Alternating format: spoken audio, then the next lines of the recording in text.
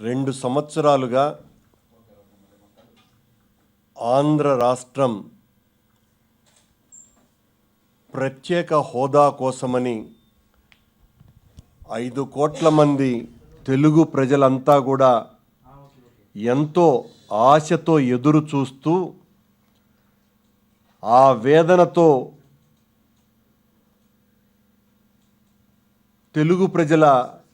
గుండె రగులుతున్న రాక్షసి బొగ్గులాగా మండుతోంది. జరిగినటువంటి మోసానికి, చేస్తున్నటువంటి ద్రోహానికి ప్రతీకారం తీర్చుకోవాలా ఎప్పుడెప్పుడా అని ఎదురుతెన్నులు చూస్తున్నారు. సరిగ్గా 2 సంవత్సరాల క్రితం ఈ రాష్ట్రాన్ని, ఉమ్మడి రాష్ట్రాన్ని అత్యంత దుర్మార్గంగా, పాశవికంగా, అరాచకంగా, చీకటిలో చిదిమేసి విభజించి కాంగ్రెస్ పార్టీ శవంగా మారితే 2 సంవత్సరాల నుంచి ప్రజల ఆవేదనను ఏమాత్రము కూడా పట్టించుకోకుండా, ప్రత్యేక హోదా వస్తే వచ్చేటువంటి ప్రయోజనాలు ఇవి అని ప్రజలంతా కూడా పెద్ద ఎత్తున ఏకరువు పెడుతున్నా పట్టించుకోకుండా అధికారంలో కొనసాగటమే లక్ష్యంగా ఆ ప్రత్యేక హోదా అన్న కోర్కెను, ఆశను నిరంతరం నలిపివేస్తూ, నులిపేస్తూ తెలుగుదేశం పార్టీ ప్రజల దృష్టిలో ఒక జీవచ్ఛవంగా మారింది. కాంగ్రెస్ పార్టీ శవమైతే తెలుగుదేశం పార్టీ తెలుగు ప్రజల విషయంలో ఒక జీవచ్ఛవంగా మిగిలిపోయింది.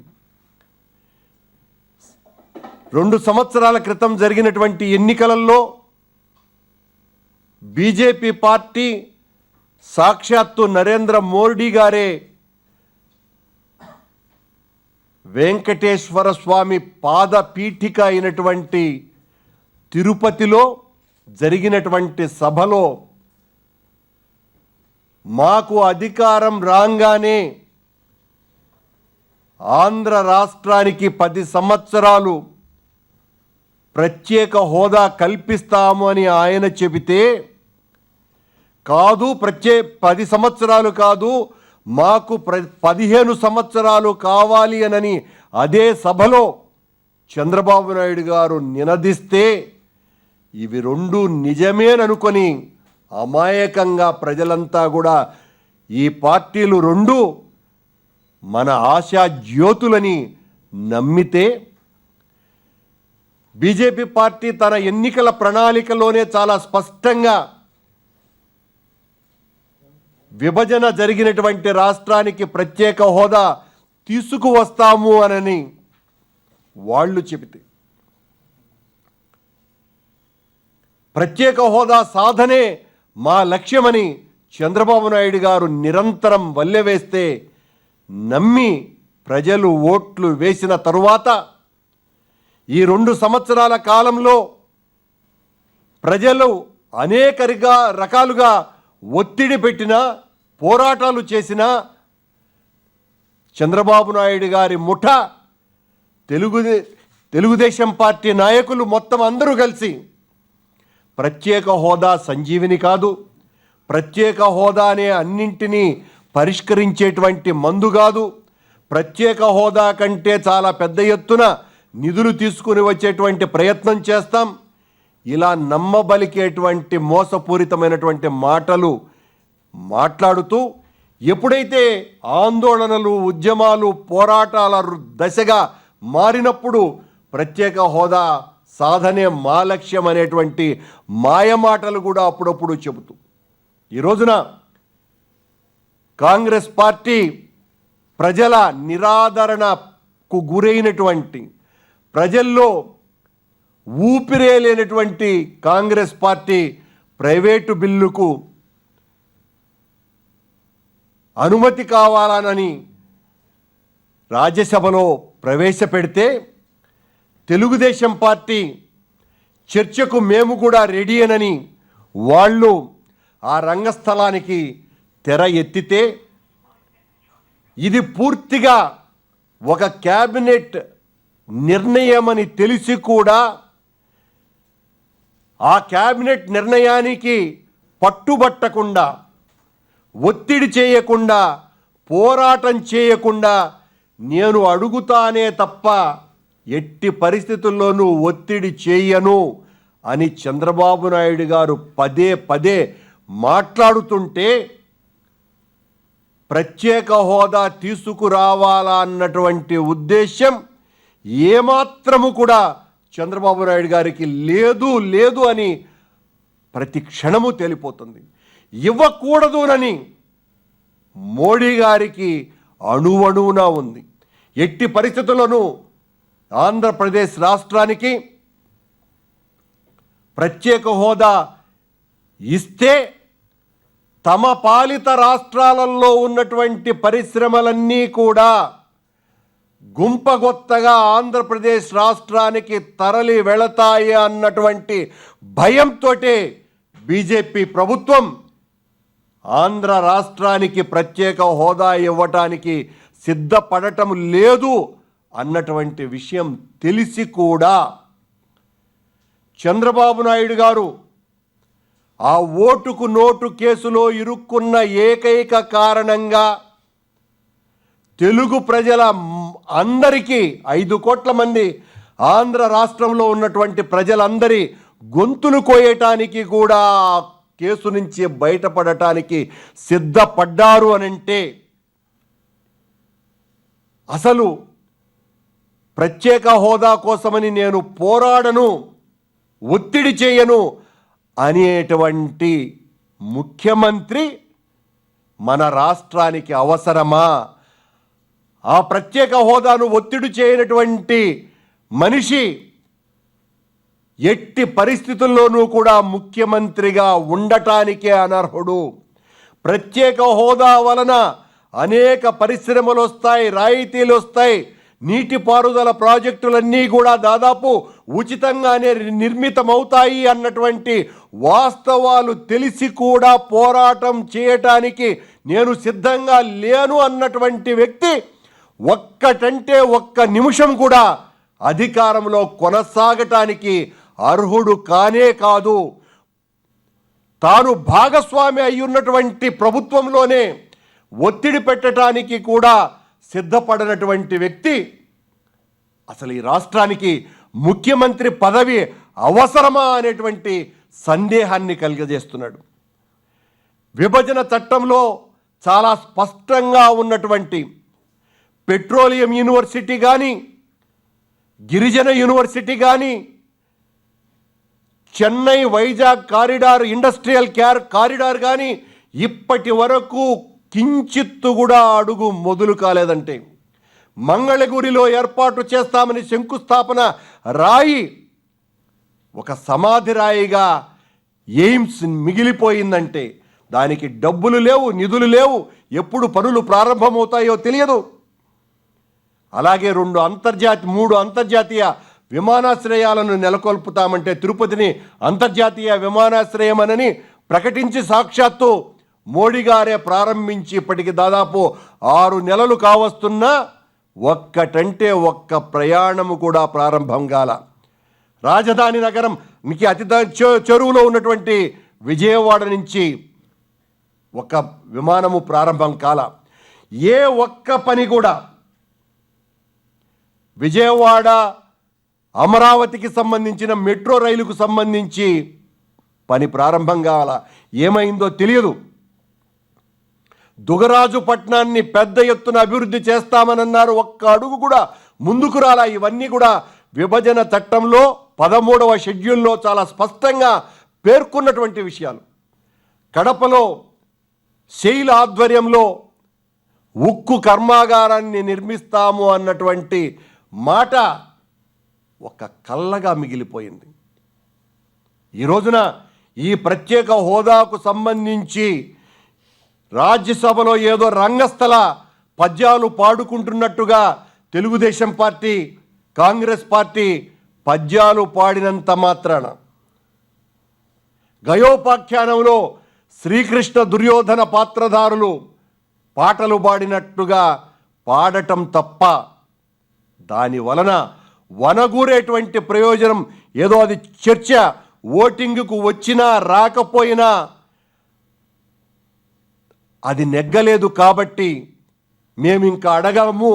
అనేటువంటి ఆలోచన, కుట్ర తెలుగుదేశం పార్టీకి ఉన్నాయి తప్ప మరింకొకటి కాదు. మోడీ గారికి ఇవ్వాలన్నటువంటి ఉద్దేశమే ఉండి ఉంటే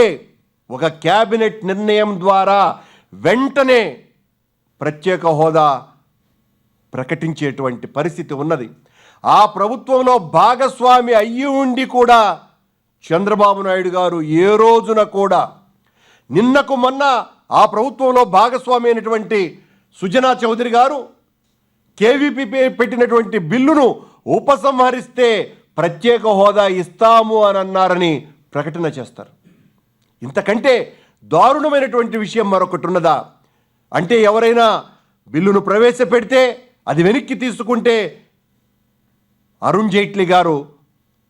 ప్రత్యేక హోదా ఇస్తామని ప్రకటించినారు అని చెప్పారు మాతో అని చెప్తారు. ఇది పత్రికల్లో కూడా వచ్చినటువంటి విషయం. ఈ రోజున ఆ చర్చలో పాల్గొబోయేటువంటి తెలుగుదేశం పార్టీ నాయకుల యొక్క చరిత్ర, వీళ్ళు ద్రవ్య వినిమయ బిల్లు అంటే దాని ద్వారా ఏం చిల్లరగొట్టుకోవచ్చో అని ఆలోచించేటువంటి వాళ్ళు ఆ బిల్లులో చర్చలో పాల్గొబోతున్నారు. ఈ చర్చల ద్వారా వనగూరేటువంటి ప్రయోజనాలు ఏంటో ప్రజలకందరికీ కూడా తెలిసినటువంటి విషయమే. చింతామణి నాటకంలో సుబ్బిశెట్టి చింతామణిల వాగ్వాదం కంటే మించి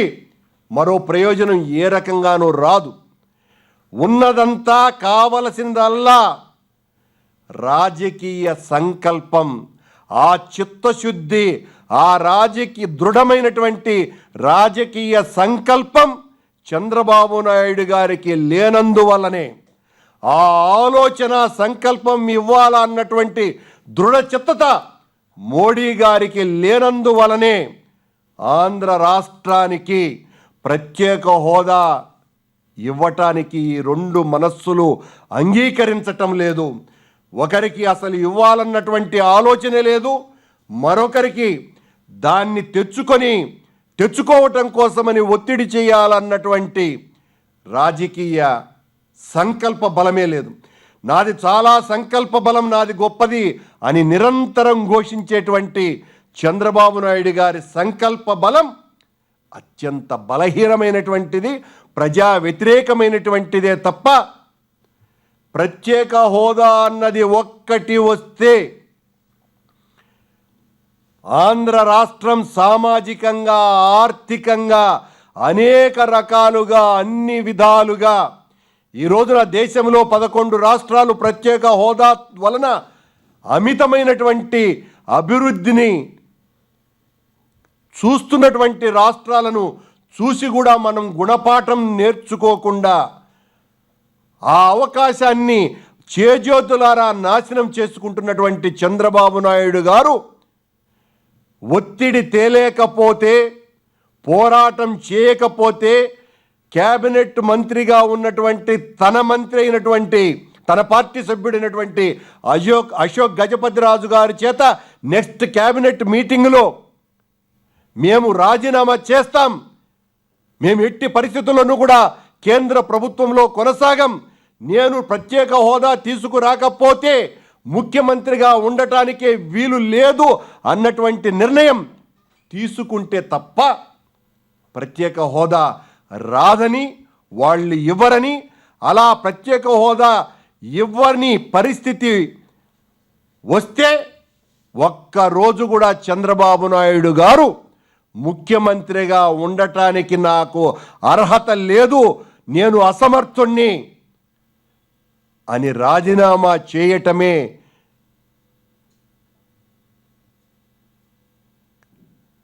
ఏకైక కారణంగా ఉండాలే తప్ప మరింకే రకంగానూ కూడా ప్రత్యేక హోదా వచ్చేటువంటి పరిస్థితి లేదు అని మేం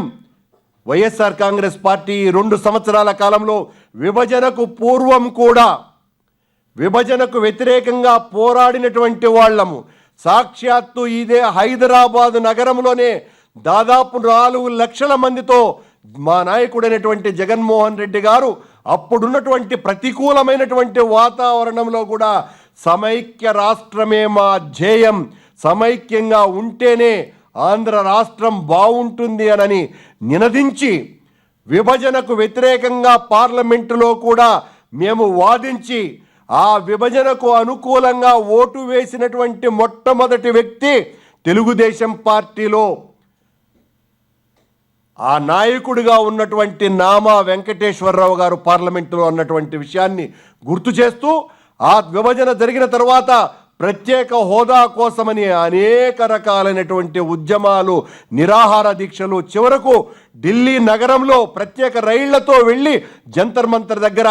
మా నాయకుడు జగన్మోహన్ రెడ్డి గారు పోరాటం చేయటమే కాకుండా అరెస్టు కాబడ్డటువంటి సంగతిని కూడా గుర్తు చేస్తూ ఎప్పుడైతే చంద్రబాబు నాయుడు గారు ఇది సంజీవిని కాదు, దీనివల్లనే ప్రత్యేకమైనటువంటి ప్రయోజనాలు రాయితీలు రావు అని చెప్పిన ప్రతి సందర్భంలో కూడా జగన్మోహన్ రెడ్డి గారి నేతృత్వంలో అనేక రకాలైనటువంటి ఉద్యమాలు మేము చేస్తూ ప్రత్యేక హోదా ఒక్కటే సంజీవి అని మేము మరీ గుర్తు చేసినటువంటి ప్రతిసారి చంద్రబాబు నాయుడు గారు మళ్ళీ ప్రత్యేక హోదా సాధన కోసమని మేము కూడా తీవ్రంగా ప్రయత్నం చేస్తామన్నటువంటి విషయాన్ని కూడా గుర్తు చేస్తున్నాం. కానీ ఆయన ఏ రోజు కూడా పోరాటం చేయటం లేదు, ఒత్తిడి చేయటము లేదు. నేను ఒత్తిడి చేయను, పోరాటము చేయను అని అంటున్నటువంటి చంద్రబాబు నాయుడు గారు ఒక్కరోజు కూడా పదవిలో ఉండటానికి అనర్హుడని, ఇంత ద్రోహం చేస్తున్నటువంటి 5 కోట్ల మంది ఆంధ్ర రాష్ట్ర ప్రజలకు ద్రోహం చేస్తున్నటువంటి బీజేపీ కూడా ముద్దాయే, నేరస్తుడే. మోడీ గారు ఆంధ్రప్రదేశ్కి ప్రత్యేక హోదా ఇస్తాము అని సాక్షాత్తు వెంకటేశ్వర స్వామి పాదాల సాక్షిగా ప్రమాణం చేసి ఉపన్యాసంలో గర్జించినటువంటి మోడీ గారు కూడా ప్రత్యేక హోదా ఇవ్వకపోతే ఖచ్చితంగా నేరస్తుడు తప్ప మరింకొకటి కాదు తెలుగు ప్రజలకి అనే విషయాన్ని గుర్తు చేస్తూ వెంటనే ఈ కాలయాపన సంగతులు చేయకుండా ప్రత్యేక హోదా ఇమ్మని నరేంద్ర మోడీ గారి ప్రభుత్వాన్ని వైఎస్ఆర్ కాంగ్రెస్ పార్టీ డిమాండ్ చేస్తున్నది. సాధించలేకపోతే వెంటనే రాజీనామా చేయమని చంద్రబాబు నాయుడు గారి మీద హెచ్చరిస్తూ మేము వెంటనే ప్రత్యేక హోదా తెమ్మని చెప్తున్నాం.